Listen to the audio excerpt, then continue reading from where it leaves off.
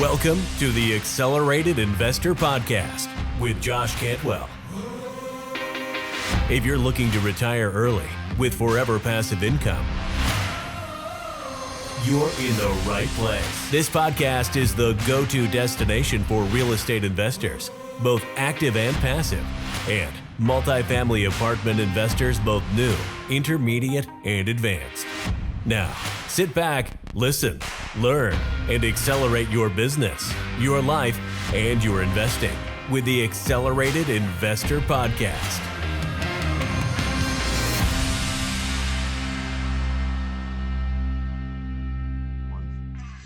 So, hey guys, in this episode, I'm actually going to spend a few minutes just kind of reviewing a webcast that I listened to with the CEO of Marcus & Millichap, who is one of the largest apartment transaction coordinators and brokers and advisors in the world, as well as the Honorable Hank Paulson, the former Secretary Treasury of the United States Treasury, and also the CEO of True America, which is one of the top multifamily owners and operators and apartment owners in the country, owning 60,000 units. They recently did a web class that I thought was fantastic. If you want to check it out, go to marcusandmillichap.com, go to their news and events page and our events, and you can listen to it there.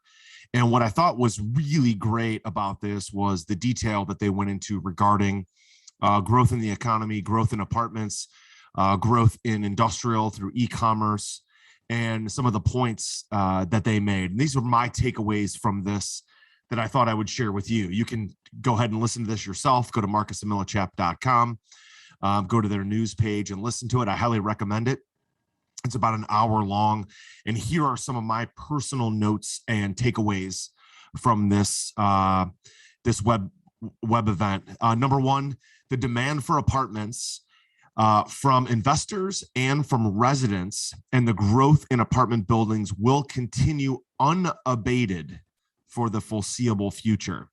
That was directly from the CEO of True America, who owns 60,000 units. Also, number two, the low cap rates and the cap rate compression that's happening is being offset by rent growth and wage growth. And that rent growth and wage growth has, they're forecasting significant amount of sustainability, which is great. The next point that I took in the next note was that the smart money is betting on apartments and industrial buildings, industrial due to e-commerce demand. They have to have some place to house all of the stuff that they're shipping, which is pretty amazing. Number four, a 3.5 cap can quickly turn into a 4.5 cap in as little as 12 to 18 months by just raising rents and doing nothing else. And we're seeing a significant amount of rent growth, even in Cleveland, Ohio, even in the Midwest, but certainly in the Southeast and the buildings that we own in Houston and Oklahoma and outside of Atlanta. Those are growing substantially. Number five, there's significant migration to the suburbs from urban centers. This is one of the things that we're tracking in the Columbus, Ohio market, is that from an office perspective and a multifamily perspective, there's a tremendous amount of sprawl where people are moving out into the suburbs. They want bigger houses. They want more land. They want more movement, more flexibility because of what COVID taught us about potential lockdowns. Number six, it's impossible, right, to pick the right time to get in and out of a particular asset class. So make sure you invest for the long term. One of the discussions that we've been having in my office between my partners is, hey, are there some buildings that we should sell? And the answer to that is no, never sell.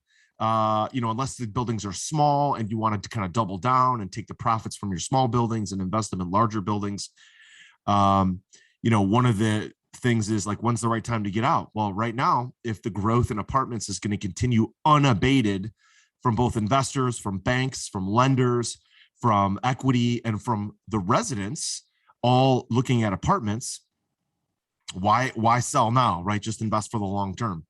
Number seven, apartments are durable and one of the safest asset classes. That was taught to us back in 2008 when the stock market went down 50%, the residential housing market went down 33%, and the multifamily apartments only went down roughly, depending on where you get your information, between 9 to 11%. Number 8, rentals remain in undersupply and more need built.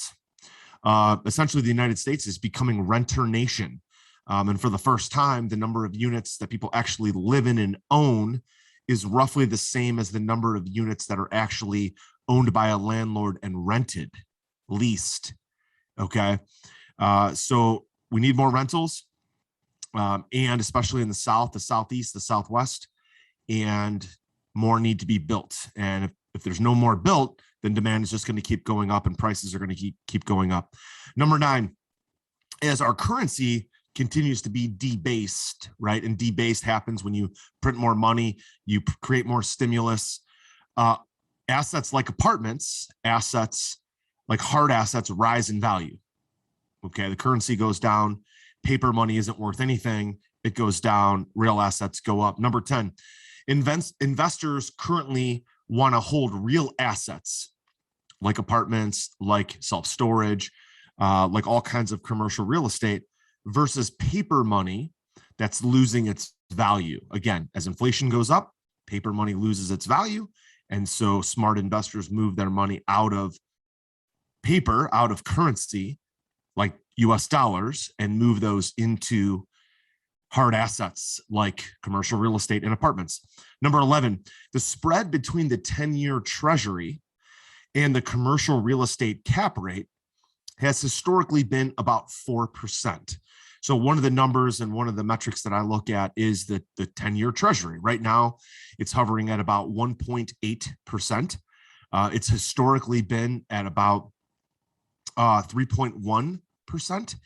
Right now, it's at 1.8%, and it was as low as 1.6 or 1.5% back in October of 2021.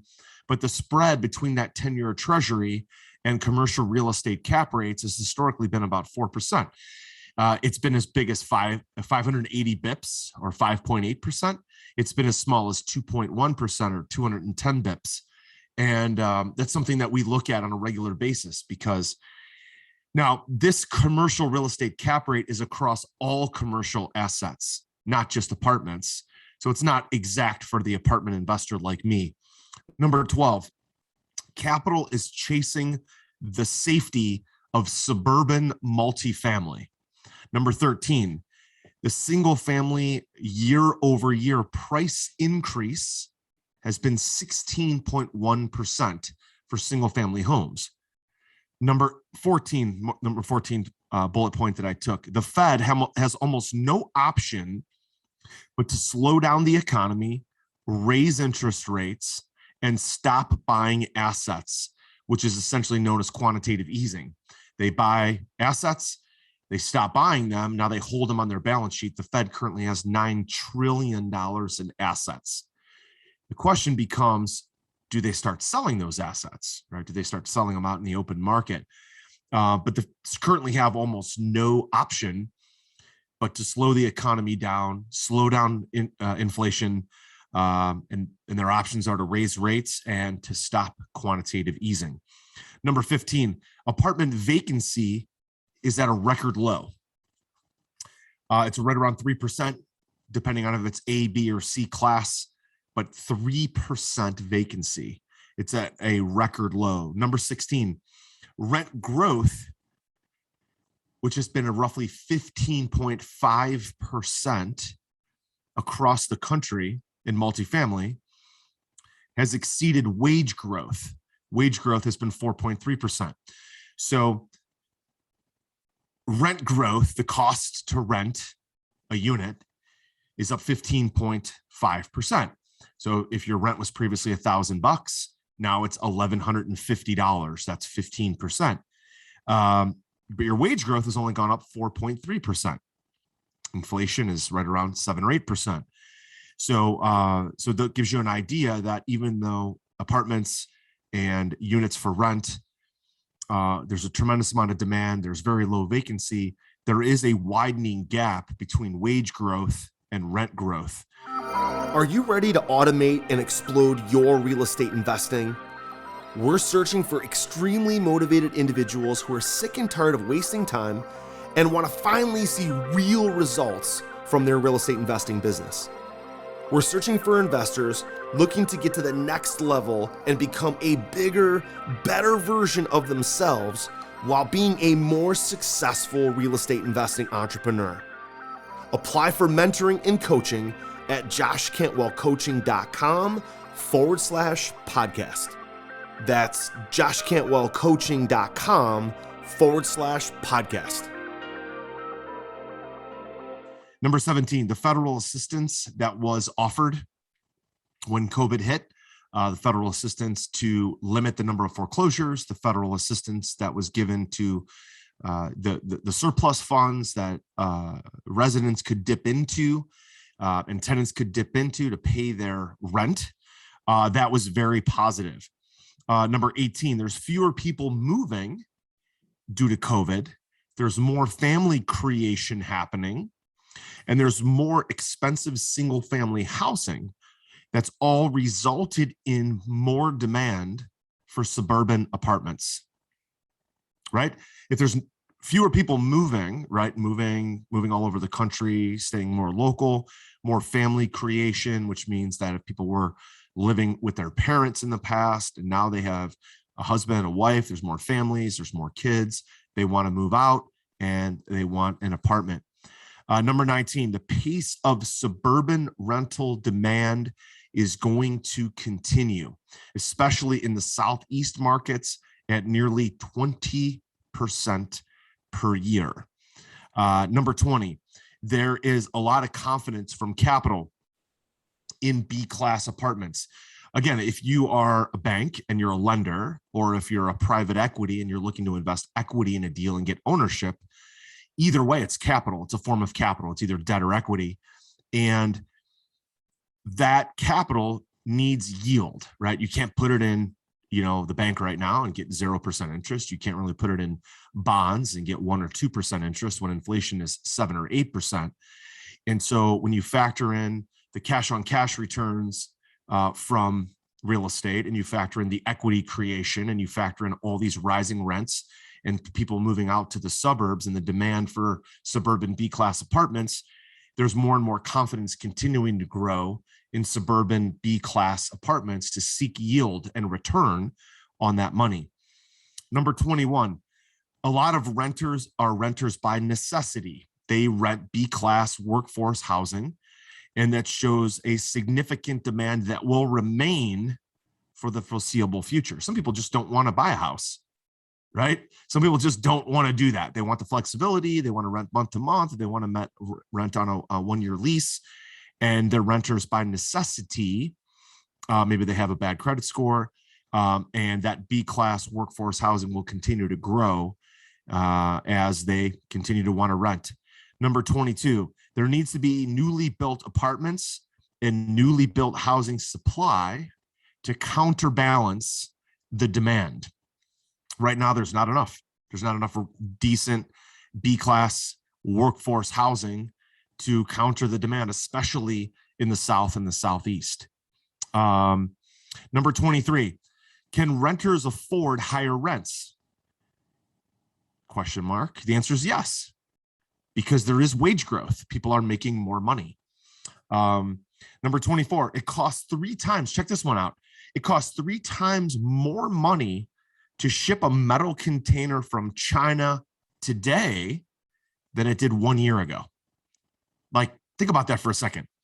It costs 3 times more to ship a metal container from China to the US, 3 times more today than it did 1 year ago.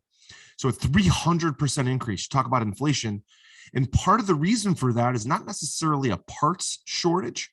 It's not like there's just a lack of material. It's a lack of labor. Okay, lack of labor. People just not working. People not getting back to work, or people not working in high enough paying jobs that they're just not working, because the economy has really been so good. And a lot of this has come from the policies that Donald Trump put into place.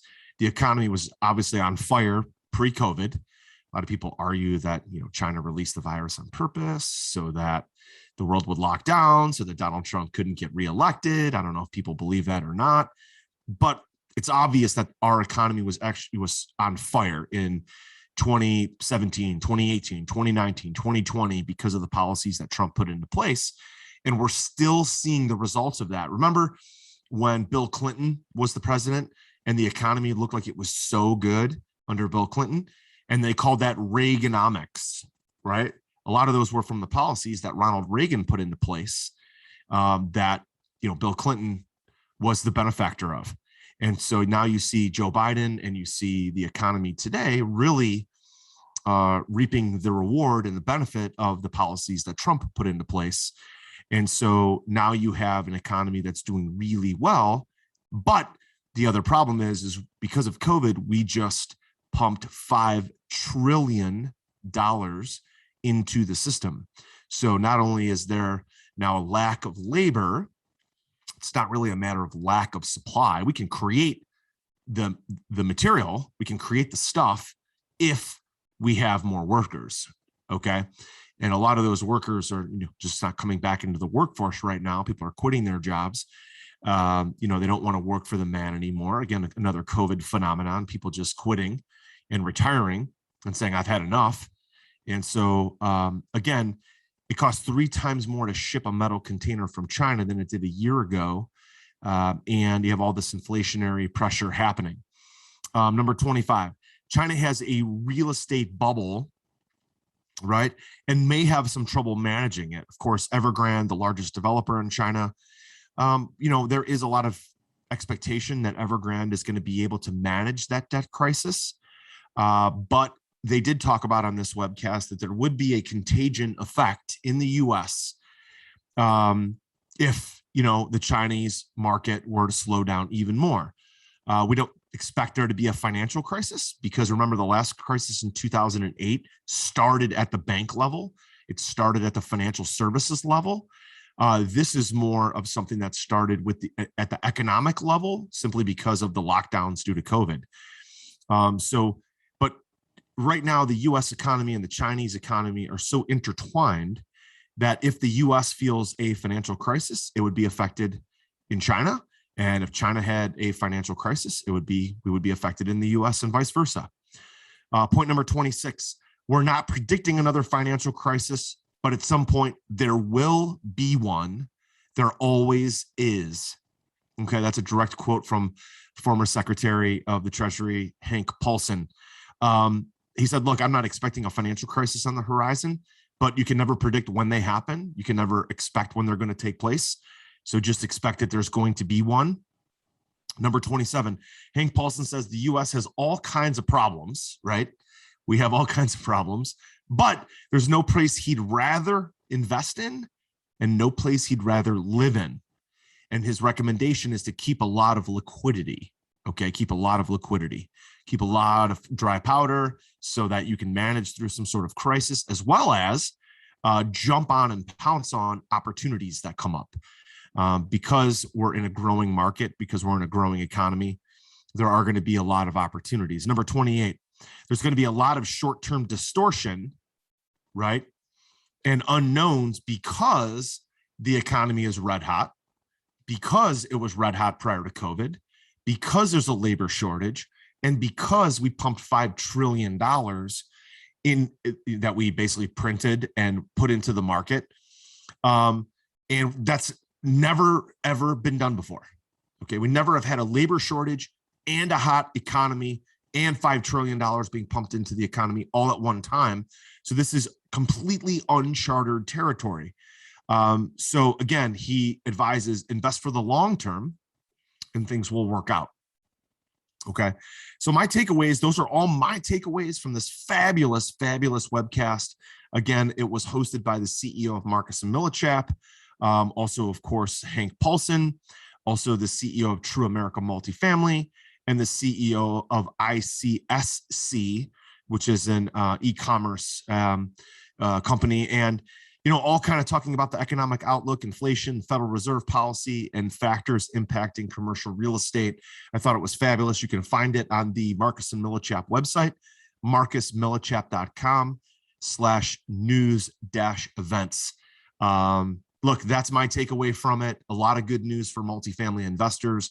The question is how do you go find and evaluate a good deal, recruit the capital from private investors to have them put their money into your deal, and stabilize that building and hold on to it for the next several years. Again, I think the final and biggest takeaway, which is the first point really that I started with, is from the CEO of True America Multifamily. Again, they own 60,000 units. I thought I had a lot with 4,000, but they've got 60,000 units. And he says, demand for apartments and growth in apartments will continue unabated for the foreseeable future.